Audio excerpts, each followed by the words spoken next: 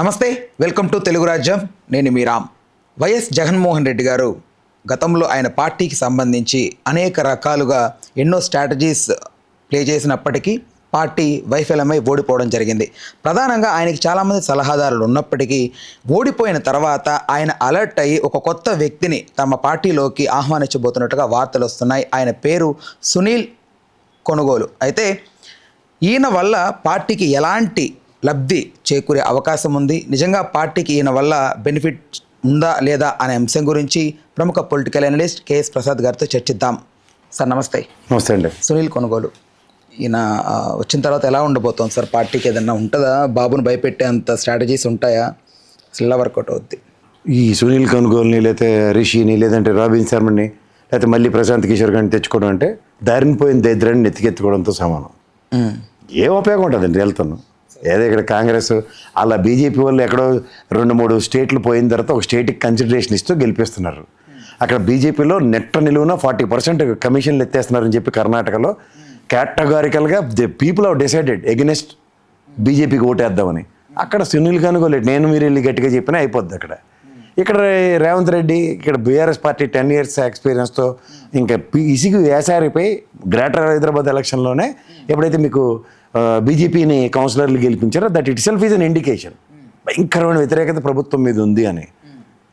అయితే ఎక్కువ మొక్కలను బీజేపీకి ఓటేయడం ఏంటి ఇక్కడ? ఎందుకంటే కాంగ్రెస్కి ఓటేస్తే అన్న దీంట్లో ఇంకా optionless situation and entire Nalgonda, Khammam, next Mahabubnagar, Warangal ఈ 4 జిల్లాల్లోనూ ఖచ్చితంగా రెడ్డి సామాజిక వర్గం ఏకతాటి మీదకి రాబట్టి సక్సెస్ నిరీక్షణ. ఆ సునీల్ కొనుగోలు అకౌంట్లో మీరు వేస్తానంటే 2 స్టేట్లు ఏదో పెద్ద తీసిమార్క్ అనుకుని మీరు అభివర్ణిస్తే అదంతా జుజుబీ కథలు. నాకు తెలిసి ఇప్పుడున్న సర్కమ్స్టాన్సెస్లో జగన్మోహన్ రెడ్డి ఎవరు ఈ సునీల్ కొనుగోలునో ఋషి గారినో మళ్ళీ లేకపోతే ప్రశాంత్ కిషోర్నో తెచ్చే తిక్కుమాల పనులు చేయడం నాకు తెలుసు. తెలుసంటే ఈ ప్రాథమిక అవగాహన క్రిటిసిజం చాలా భయంకరంగా ఉంటుంది. అంటే ఇప్పుడు పార్టీలో మెయిన్ సలహాదారులు కొంచెం లేరు కాబట్టి ఎట్లా సార్? ప్రాంతీయ పార్టీలో సలహాదారులు వాళ్ళందరూ ఏంటంటే పనికి ఆహార పథకాలు గవర్నర్లు చూడండి, గవర్నమెంట్ రాగానే ఎక్కడ పడితే అక్కడ అలా వేసుకుంటారు చూడండి. అలా వాళ్ళకి ఉపాధి కల్పించడం సలహాదారులు. ప్రాంతీయ పార్టీలో ఒకడికి అధినాయకుడికి వెళ్ళి ఎవడో సలహాలు ఇచ్చేస్తాడు, అది ఈడు మాట్లాడి వింటాడు, అవన్నీ పోసుకోలు కబుర్లు. అవి జరిగేవి కాదు అసలు. ఫస్ట్ ఆఫ్ ఆల్ వాళ్ళు మొనార్క్, వాళ్ళు ఒక స్ట్రాటజీ ప్రకారం ఒక డెసిషన్స్ తీసుకుంటారు. వాళ్ళు ఒక కన్విన్స్ అయ్యే విధానంలో ఒకటి ఉంటుంది, ఒక దాని ప్రకారం వాళ్ళు ముందుకు వెళ్తారు. మరి ఐపాక్ ఎలా సార్? ఐపాక్ టీం అది దాని దౌర్భాగ్యమే కదా వాళ్ళ 11 స్థానాలు. అదే సార్, అది వేసిన దరిద్రం ఎంత అంత కదా ఐపాక్ పరంగా. అసలు ఎవరి మాట ఎన్నివ్వకుండా ఆడు ఒక దిక్కుమాల స్ట్రాటజీ ఆడు చెప్పింది ఏంటంటే ఏకంగా జగన్మోహన్ రెడ్డికి నాయకులు, క్యాడరు వీళ్ళందరూ స్వార్థపరులే, వీళ్ళతో మనకి ఏం అవదని చెప్పి ఆ దిక్కుమాల ఎలక్షన్ అలా చేసేటాడు. వాడు చేసిన దరిద్రమే ఆ 11. వీళ్ళు ఈ స్ట్రాటజిస్టులు ఎంతసేపు అధినాయకుడు ప్రశంసల కోసం పనిచేసే ఒక దగులుబాజీ బ్యాచ్ కింద ఇట్లా అభివర్ణించాలి. అధినాయకుడు పొర్రపాటు నా క్లస్టర్స్లో చిక్కున్నాడు అనుకోండి, సమన్వయం పోతుంది కార్యకర్తలతోనూ నాయకులతోనూ కార్యకర్తలతో సమన్వయం పోయిందంటే ఎవరికైనా సరే. చంద్రబాబు నాయుడు గారికి 23, జగన్మోహన్ రెడ్డికి 11, 2 అతీతం ఏం కాదు. అడిగి తప్పేలా రాబిన్ శర్మ, ఇడికేమో ఆ ఋషిగాడు. అంటే జగన్మోహన్ రెడ్డి గారికి సార్ ఇట్లా మనం వెనకబడి ఉన్నాము, వైఫల్యం అవుతామని అంటే నచ్చక మంచి చెప్పే వాళ్ళని దూరం చేసుకుంటారా ఎట్లా? అలా ఏమి ఉండదండి. మంచి చెప్పడం నష్టం అని కాదు. వీళ్ళు ఎప్పుడైతే ఈ పొలిటికల్ కన్సల్టెంట్స్ ఈ పనికిమాల బ్యాచ్ దాపరిస్తుందో గ్రౌండ్ రియాలిటీస్ వాళ్ళకి అర్థం. ఫస్ట్ ఆఫ్ ఆల్ వాళ్ళ లాంగ్వేజ్. ఇప్పుడు ఋషిగాడు ఉన్నాడు, ఎవరో యూపీ నుంచి అక్కడి నుంచే తీసుకొచ్చి వాళ్ళకి అందరికీ ఉద్యోగాలు ఇచ్చాడు. అక్కడికి హిందీ, ఇంగ్లీష్ తప్ప ఇంకోటి రాదు. ఇక్కడ మన వాళ్ళకి ఆంధ్రప్రదేశ్లో హిందీ, ఇంగ్లీష్ తెరబడిపోయిన వాళ్ళు ఎవరు అంటారు? పైపించాడు నాయకులకి, వాళ్ళ క్యాడర్కి ఆడిచ్చి డైరెక్షన్, పనికిమాల డైరెక్షన్లో ఎవడు పని చేస్తాడు? ఫస్ట్ ఆఫ్ ఆల్ వాడు ఒక పొలిటికల్ స్ట్రాటజిస్ట్ అనేవాడు కార్యకర్తలని, నాయకుడిని వాడు నమ్మడట. వాడేమో ఓన్లీ అధినాయకుడికి డైరెక్షన్లు ఇచ్చే కార్యక్రమం. అంటే నాయకులు, కార్యకర్తలు లేని పార్టీ ఎవరైనా సక్సెస్ ఉంటుందా? ఆ రెండింటి మైనసే ఈరోజు జగన్మోహన్ రెడ్డి గారికి బిగ్గెస్ట్ సెట్ బ్యాక్. ఇప్పుడు ఎవడో ఇంకో కొనుగోలు వచ్చాడో, లేకపోతే ఇంకోటి వచ్చాడో, లేకపోతే నేను వచ్చినా మీరు వచ్చినా ఈ పొలిటికల్ స్ట్రాటజిస్టులు కార్యకర్తలు, నాయకుల్ని కలవనీయకుండా చేసే దరిద్రమే అది. దాని ఉపద్రవం చాలా తీవ్రంగా ఉంటుంది. సార్ జగన్మోహన్ రెడ్డి గారు ఇవన్నీ పక్కన పెట్టే స్ట్రాటజీస్ అంతా కూడా ప్రజల్లోకి వెళ్ళి కష్టపడి గెలిచిన వ్యక్తి, గెలిచిన తర్వాత ఆయన ఎక్కడ సార్ డివేట్ అయ్యాడు? అంటే ఏ సలహాల వల్ల డివేట్ అయ్యాడు? ఏ స్ట్రాటజీస్? ఇప్పుడు ఎప్పుడైనా సరే మీకు ఒకటి గుర్తుంచుకోండి, ప్రాంతీయ పార్టీ ఒకసారి అధికారంలోకి వస్తే అడ్మినిస్ట్రేషన్ పార్టీ 2 కళ్ళు. వాళ్ళకి ఏంటంటే ముఖ్యమంత్రి స్థాయిలో అడ్మినిస్ట్రేషన్ అనేది, ఎందుకంటే మీరు ఎక్కడ కంపారిజన్ అక్కర్లే. తెలుగుదేశం పార్టీ జనరల్ సెక్రటరీ స్థాయిలో లోకేష్ గ్రౌండ్ లెవెల్లో పనిచేసినంతకాలం తెలుగుదేశం ఎలా ఉందో చూడండి ఒకసారి. మొన్న ఎలక్షన్ ఓడిపోయిన తర్వాత మళ్ళీ గ్రౌండ్ లెవెల్లో పాదయాత్ర లోకేష్ గారు అందరితోనూ కనెక్ట్ అయిన ఉదంతంలో మళ్ళీ అధికారం. ఇక్కడ second stint leader TD Janardhan వాడు తెలుగుదేశంలో ఆయన. ఆ పెద్ద అలాగా స్టాండ్ స్టిల్ గోడ కతుక్కున్న బలిలాగా పార్టీనే పట్టుకుని అలా ఉంటాడు. అలాంటి వ్యక్తి ఇప్పుడు Sajjala is grooming now example. ఆయన కనుక ఒక బ్యాక్ ఎండ్ ఆపరేషన్స్ అన్ని పర్ఫెక్ట్ నెరేషన్స్తో, అంటే ఈ needs to be a bridge between కార్యకర్తలు, నాయకులు అండ్ జగన్మోహన్ రెడ్డికి. సజ్జల రామకృష్ణారెడ్డి అనేవాడు బ్రిడ్జ్. ఇక్కడ ఎందుకంటే టీడీ జనార్దన్ గారు ఎలా బ్రిడ్జ్, అలా వీళ్ళిద్దరూ కనుక స్ట్రెంథన్ అయ్యి ఉన్నప్పుడు పార్టీకి నెక్స్ట్ ఇప్పుడు ఉదాహరణకి జగన్మోహన్ రెడ్డి గారు తర్వాత ఒక లీడర్ అన్నవాడు ఖచ్చితంగా కుడిభుజంలో ఉండాలి. కుడిభుజంలో అంటే ఖచ్చితంగా ఇక్కడ టీడీ జనార్దన్తోనే పోలిస్తాను నేను. ఫస్ట్ వెంటంతా తీసుకోగలుగుతాడు ఆయన. ఇప్పుడు గ్రౌండ్ లెవెల్లో ఒక కార్యకర్తకు నాయకుడికి ఏదో సమ్ ప్రాబ్లం వస్తుంది, వాడు he'll comes with a fire. ఆ ఫైర్నంతా పాసిఫికేషన్ చేసేంత స్థాయి కావాలి.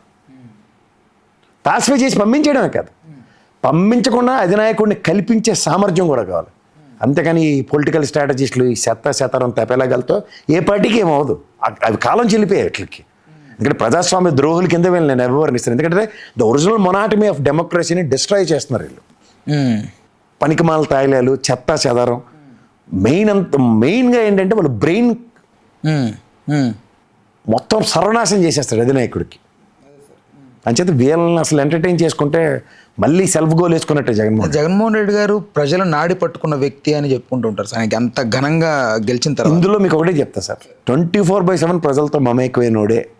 ఇప్పుడు ఉదాహరణకి రాజశేఖర రెడ్డి గారు రెండో గవర్నమెంట్ ఎప్పటికైనా ఒక లెసన్. కానీ ఆయన ప్రజానాయకుడిగా ప్రజల్లో పాదయాత్ర చేసి వచ్చి అధికారం వచ్చిన తర్వాత నిరంతరం ప్రజల్లో ఉన్నాడు. ఆయన ప్రజల్ని కలుస్తూనే ఉన్నాడు.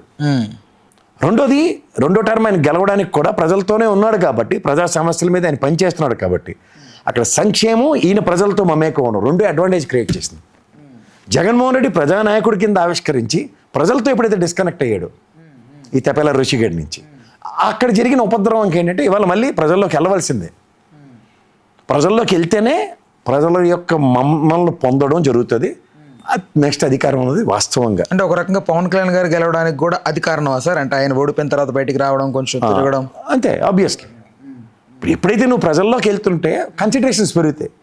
ఇప్పుడు ఎవరికైనా సరే రోజు ఎందుకే అనే దగ్గర పోలేరా రోజు వస్తున్నాడు అన్న కాన్సెప్ట్ డెవలప్ అవుతుంది. ఓకే, పవన్ కళ్యాణ్కి అదే అయింది. యాజ్ అ పొలిటికల్ అనలిస్ట్గా అంటే వాళ్ళ స్ట్రాటజీస్ అవన్నీ పక్కన పెడితే కామన్గా చేయాల్సిన బెస్ట్ స్ట్రాటజీస్ ఏమున్నాయి సార్ వైసీపీకి ఇప్పుడు చేయాలి? ఇప్పుడు క్రైసిస్ మేనేజ్మెంట్ అంటే లాస్ట్ 2 years 24/7 ప్రజల్లో ఉండాలి. నియోజకవర్గాల వారీగా, లేకపోతే పాదయాత్ర అనండి, లేకపోతే బస్సు యాత్ర అనండి, ప్రతి నియోజకవర్గంలో మీటింగ్లు ఉండాలి. ప్రతి నియోజకవర్గం నాయకులతో సమన్వయం పరచుకోవాలి. నాయకులు తీసుకొచ్చిన కార్యకర్తలతో మమేకం అవ్వగలగాలి. That's the original legacy of Rajasekhara Reddy garu. అది కంటిన్యూ అయితేనే ఖచ్చితంగా ఎలాంటి వాడికైనా ఇట్స్ అ కేక్ వాక్. అయితే సొంత మనుషులనే దూరం చేసుకుంటున్నారు వైసీపీ నుంచి అని వర్గం నుంచి వస్తున్నటువంటి వాదన. సొంత మనిషి అన్నోడు ఎవడు దూరం అవడండి, సొంత మనిషి కానోడైనా దూరం అవుతాడు. అంటే ఈ మధ్యకాలంలో దువ్వాడ గారు మొన్న వచ్చినటువంటి ఆయన సస్పెండ్ చేసిన తర్వాత ఆయన రియాక్ట్ అయిన విధానం చూడండి. They are all committed souls. ఇప్పుడు పార్టీ నిర్ణయానికి ఎవరైనా శిరోధైర్యం. విజయసాయి రెడ్డి గారు కానీ లేకపోతే విజయసాయి రెడ్డి వీళ్ళందరూ అవకాశవాదులండి ఇవన్నీ. ఎందుకంటే పార్టీ అధికారంలో ఉన్నప్పుడు నా వల్లనే వచ్చింది, నెంబర్ 2 నేనప్పుడు అని చెప్పుకున్నాడు. పార్టీ పోయిన తర్వాత కూడా నెంబర్ 2 చెప్పి జస్టిఫై చేయాలి. అంటే ఇప్పుడు one and only Jaganmohan Reddy గారు ఆయన మైండ్ సెట్ త్రూ వెళ్తే ఖచ్చితంగా గెలుస్తారా, లేకపోతే ఏదైనా స్ట్రాటజీ హెల్ప్ అవ్వాల్సిందే? ఆయన మైండ్ సెట్. ప్రాంతీయ పార్టీలు ఇంకెవడో మళ్ళీ 1000 రూపాయలు పెడితే అనవసరంగా మెడిదెబ్బలు తింటారు. Right sir, okay sir, thank you sir, thank you. Hello, Telugu రాజ్యం ఛానల్ చూస్తున్నారా? సామాజిక, రాజకీయ, జీవన చిత్రణే తెలుగు రాజ్యం. అతిశయోక్తులు, అసత్యాలు ఉండవు. రాజకీయ కోణం కాదు, ప్రజా కోణమే కొలబద్ద. తెలుగు రాజ్యం వీక్షణ మీ ఉత్తమ అభిరుచికి నిదర్శనం.